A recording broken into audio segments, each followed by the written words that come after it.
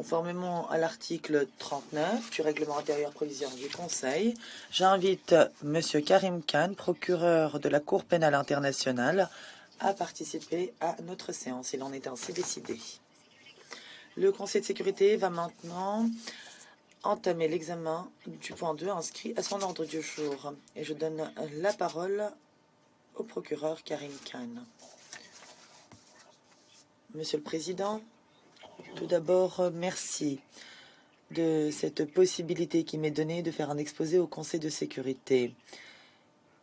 J'aimerais également remercier personnellement Son Excellence, le représentant permanent de la Libye auprès des Nations Unies, de sa présence à cette séance du Conseil à New York.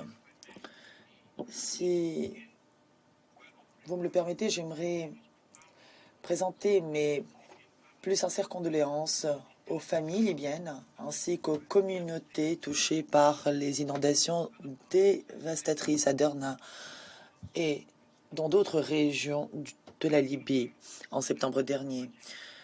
Il y a eu en effet des pertes tragiques de vie, des milliers de personnes ont été tuées, des hôpitaux, des écoles ont été détruits, des infrastructures aussi, ce qui a causé plus de tragédies et plus de difficultés, plus de misère en Libye.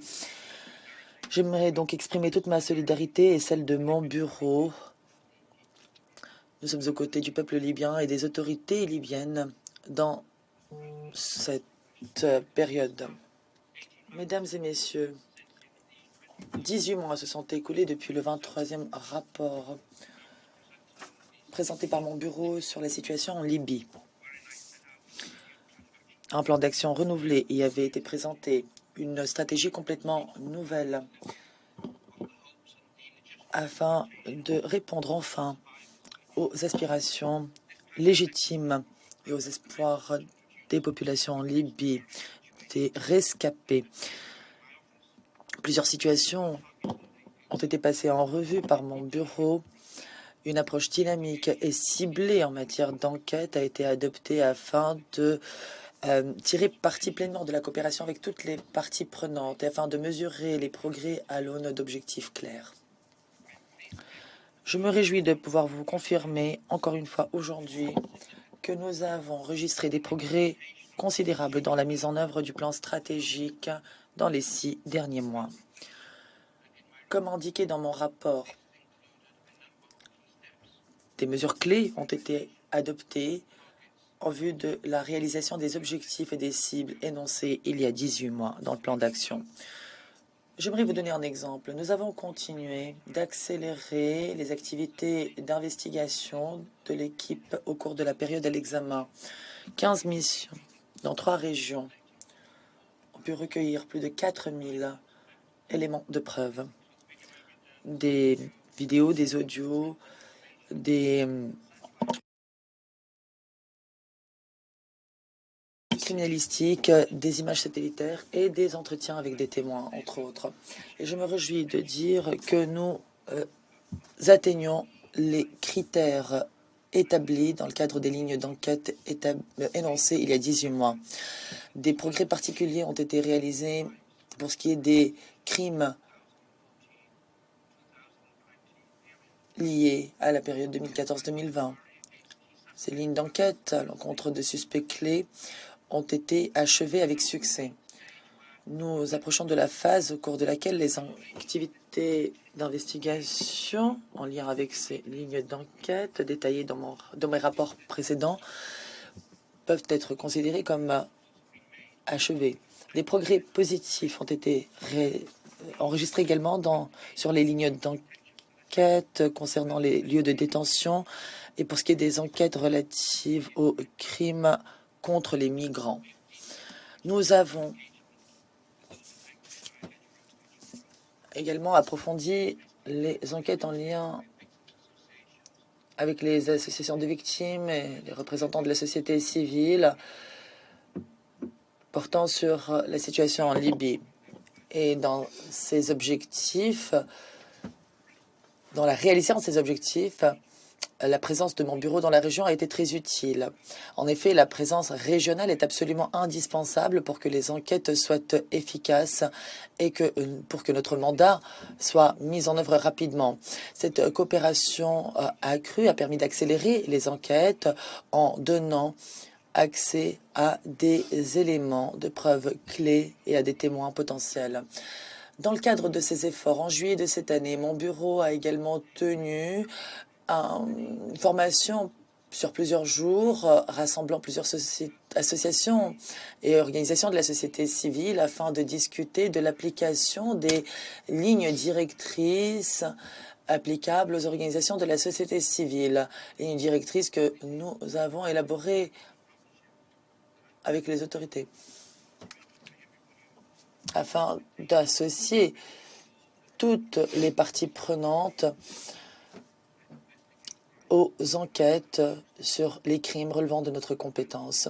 Monsieur le Président, j'aimerais dire également que nous progressons dans la mobilisation des technologies avancées dans cette recherche de justice plus large et plus significative. Nous entendons révolutionner notre approche pour ce qui est de l'utilisation des technologies dans les enquêtes. Nous avons notamment décidé d'utiliser un système de gestion informatique en nuage, en utilisant notamment des transcriptions automatisées, des traductions automatisées également de matériel vidéo et audio. Au cours de cette période, nous avons également lancé OTP-Link, qui est une plateforme numérique permettant de transmettre les informations de manière plus sécurisée lorsqu'elle est reçue de la part des témoins ou de la part d'un acteur extérieur. Ceci est maintenant disponible et accessible dans la situation libyenne et dans d'autres situations qui font l'objet du mandat du bureau. Comme indiqué et souligné dans mon rapport, notre travail ne s'est pas limité à l'accélération des enquêtes et des poursuites engagées par le bureau. Je l'ai déjà dit plus tôt et j'aimerais le redire ici, une coopération approfondie avec les autorités nationales favorise une approche dynamique de complémentarité et c'est central pour le travail de mon bureau. Cette nouvelle approche a porté ses fruits pour ce qui est notamment des enquêtes menées en lien avec les crimes contre les migrants. Peu importe qui est le juge ou le procureur et qui il représente, quel pays est derrière. L'objectif central du statut de Rome est de faire en sorte que le drapeau derrière un juge ou un procureur soit celui des Nations Unies. Ce n'est pas le nombre de poursuites qui doit être le critère, c'est notre intégrité, notre résilience, notre rigueur et le professionnalisme des enquêtes indépendantes que nous menons. En définitive, il s'agit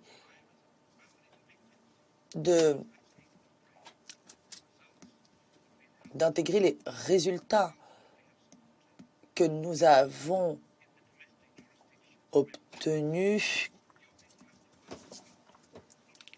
Nous devons travailler en tant que pôle, en partenariat avec les États et les autorités nationales pour les victimes et les rescapés, afin de trouver le moyen de lutter contre l'impunité, donc avec à la clé plus de justice et moins d'impunité.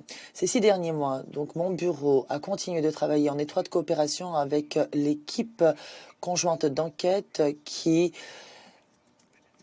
enquête sur les crimes contre les migrants sur la route de la Méditerranée. Cette équipe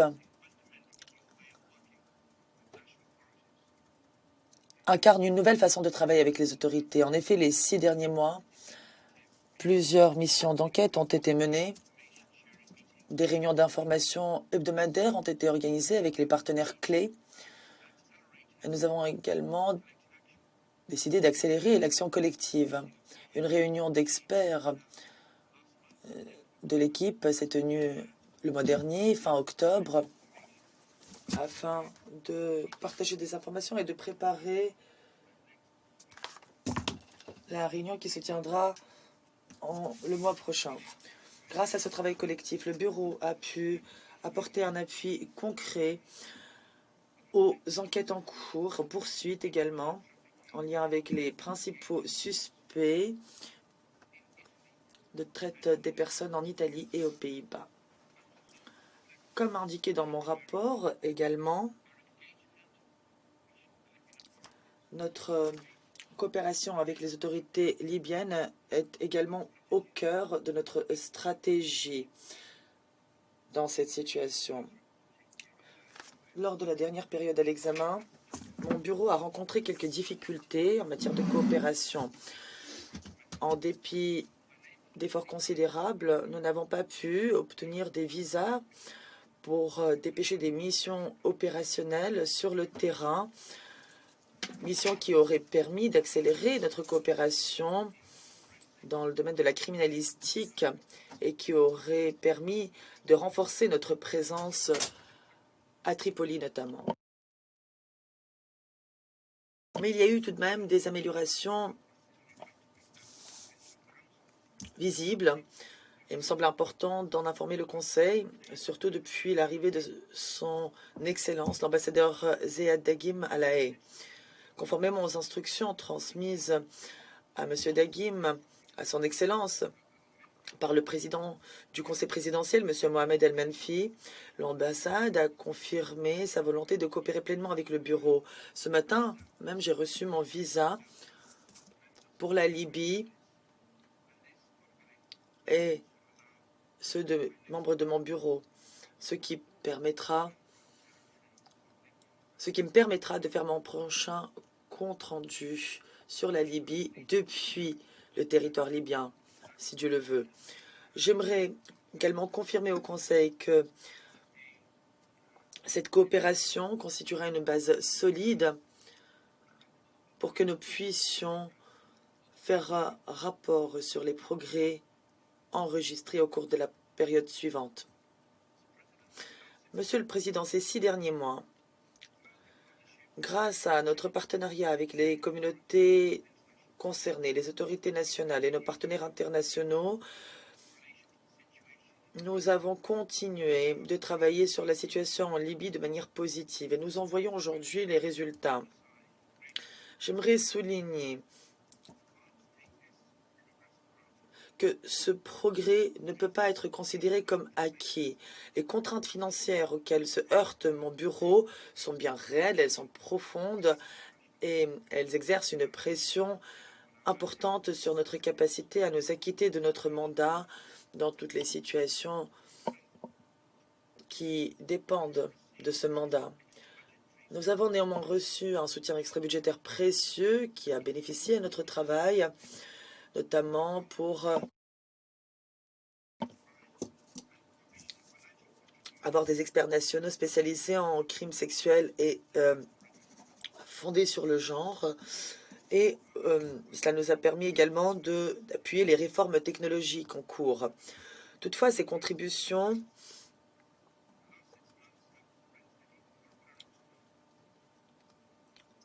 importantes, qui ont un impact positif et tangible sur notre travail, n'ont pas empêché ne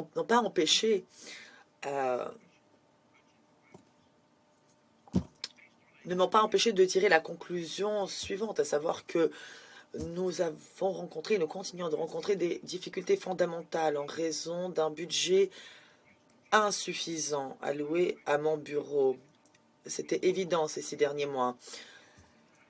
L'examen stratégique qui a été réalisé dans le cadre du plan stratégique 2003-2025 a permis d'identifier des déficits de financement importants dans notre budget programme, notamment pour ce qui est des flux financiers liés à la situation en Libye,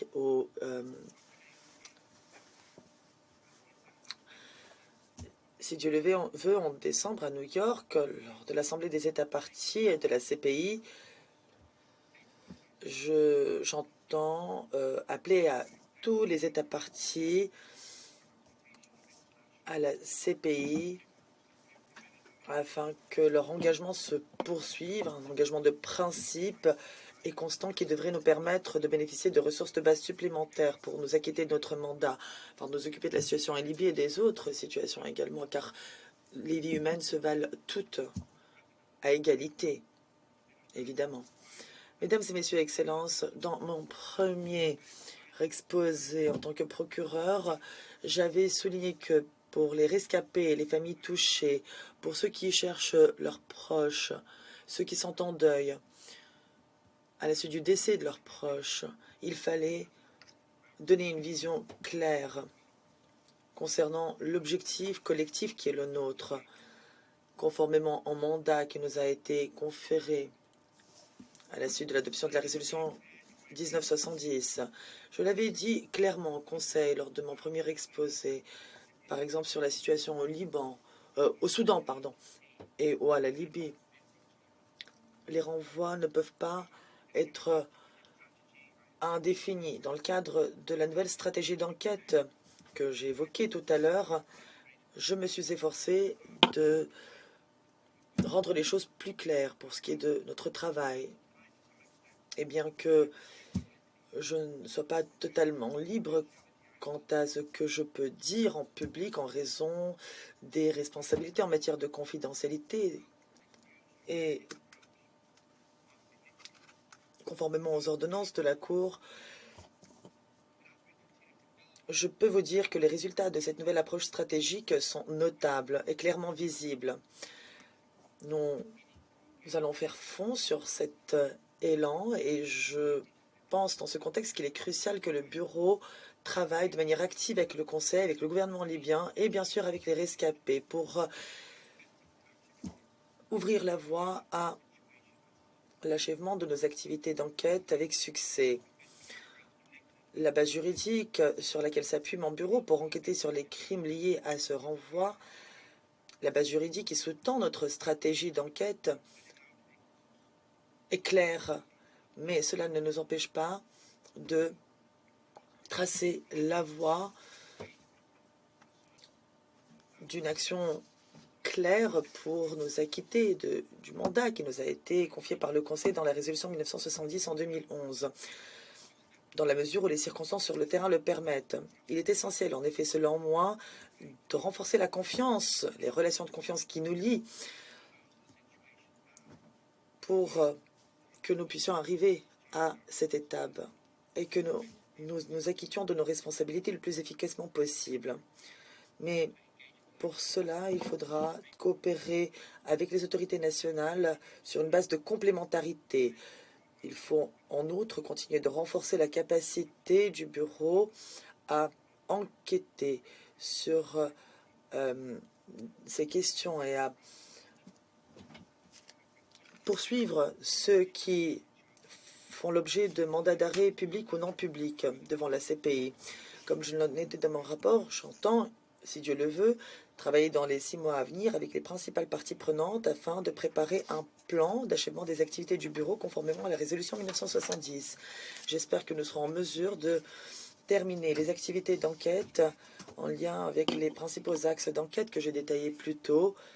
J'espère que ce sera fait d'ici à la fin 2025. Que cet objectif soit atteignable ou pas sera tributaire de notre capacité à réaliser les plans décrits dans mon rapport, grâce notamment à notre coopération avec les autorités libyennes. Quoi qu'il en soit, mon bureau entend poursuivre toutes les activités liées aux lignes d'enquête avec engagement et dévouement et en application de la résolution 1970. Dans les mois à venir, j'entends continuer de coopérer avec vous, avec les rescapés, avec la Libye et tous nos partenaires internationaux. Si nous travaillons ensemble, si nous plaçons l'intérêt des victimes au cœur de notre action, si nous sommes convaincus que l'injustice n'est pas inévitable et que la justice est le droit de tout enfant. Nous ferons le nécessaire pour améliorer la situation en Libye et nous nous acquitterons de nos responsabilités de manière plus efficace et plus complète que par le passé. J'espère vraiment pouvoir travailler avec vous tous. Il me tarde de travailler avec tous les membres du Conseil pour que nous puissions réaliser nos objectifs et répondre aux attentes légitimes des familles, des victimes libyennes, du peuple libyen, répondre aux aspirations du peuple libyen et à ses espoirs. La confiance confiée à la CPI par le Conseil doit être honorée. Je vous remercie de votre attention.